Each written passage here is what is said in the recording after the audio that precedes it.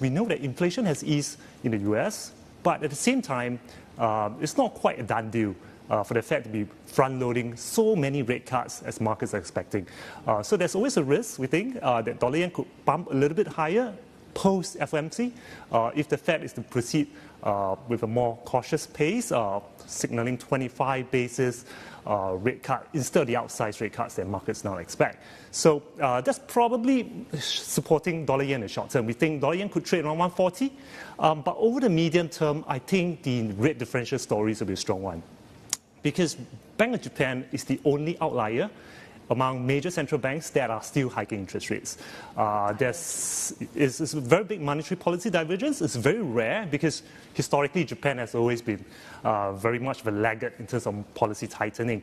And given that with domestic interest rates rising, we could start to see more domestic asset managers shifting allocations away from overseas assets. We know that Japanese investors have been investing very heavily in US Treasuries, and as the rate differentials narrow, they could start repatriating assets back. That's likely to provide medium-term support for the yen. So we think dollar yen could potentially head over below 140, maybe 138 levels over the next 6 months. So on that, on the repatriation side of things, how much do you think the Fed needs to trim in order for us to see that significant repatriation? And then you were talking about the medium term. What is your call in terms of JPY strength in 12 months, for example? So over the next 12 months, we still think that yen will be strengthening. In the short term, the carry trades unwind story is pretty much over. We see short-term positioning changing from very short yen to now being slightly long yen. So we don't think there's going to be huge volatility.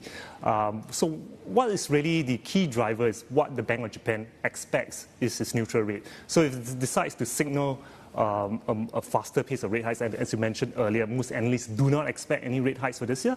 So if there's a chance of a rate hike coming through December or what, that could potentially catalyze another leg higher in the yen. So we think dollar yen has potential to trade towards 135. But of course, much will depend on where the Fed ends in signals in terms of this monetary policy path. For us at DBS, we think it's likely to be a very cautious pace, 25 pips in September, and then perhaps another rate cut in December, with the chance of potentially 3 rate cuts for this year. Can I just follow up quickly in terms of the repatriation story? Because Bank of Japan, they're quite bearish on JPY. They see it going back to 150 by year end. And what they're saying is that when you look at the composition of offshore assets by the Japanese, that's changing, that sure there is the bonds, but that increasingly it's in the FDI because, Japanese corporates see the structural problems within Japan's economy in terms of demographics. So do you think that side of the story, the repatriation of assets back, is overdone? So I agree with you. There has been very significant FDI outflows from Japan, particularly into the US, because Japanese companies are looking for growth. And that's really happening in the US right now. It's not so much in the domestic market. But that has been one factor that has been steadily weighing on the yen. So what's the marginal shift over here? The marginal shift, we think, is likely to be the portfolio investors.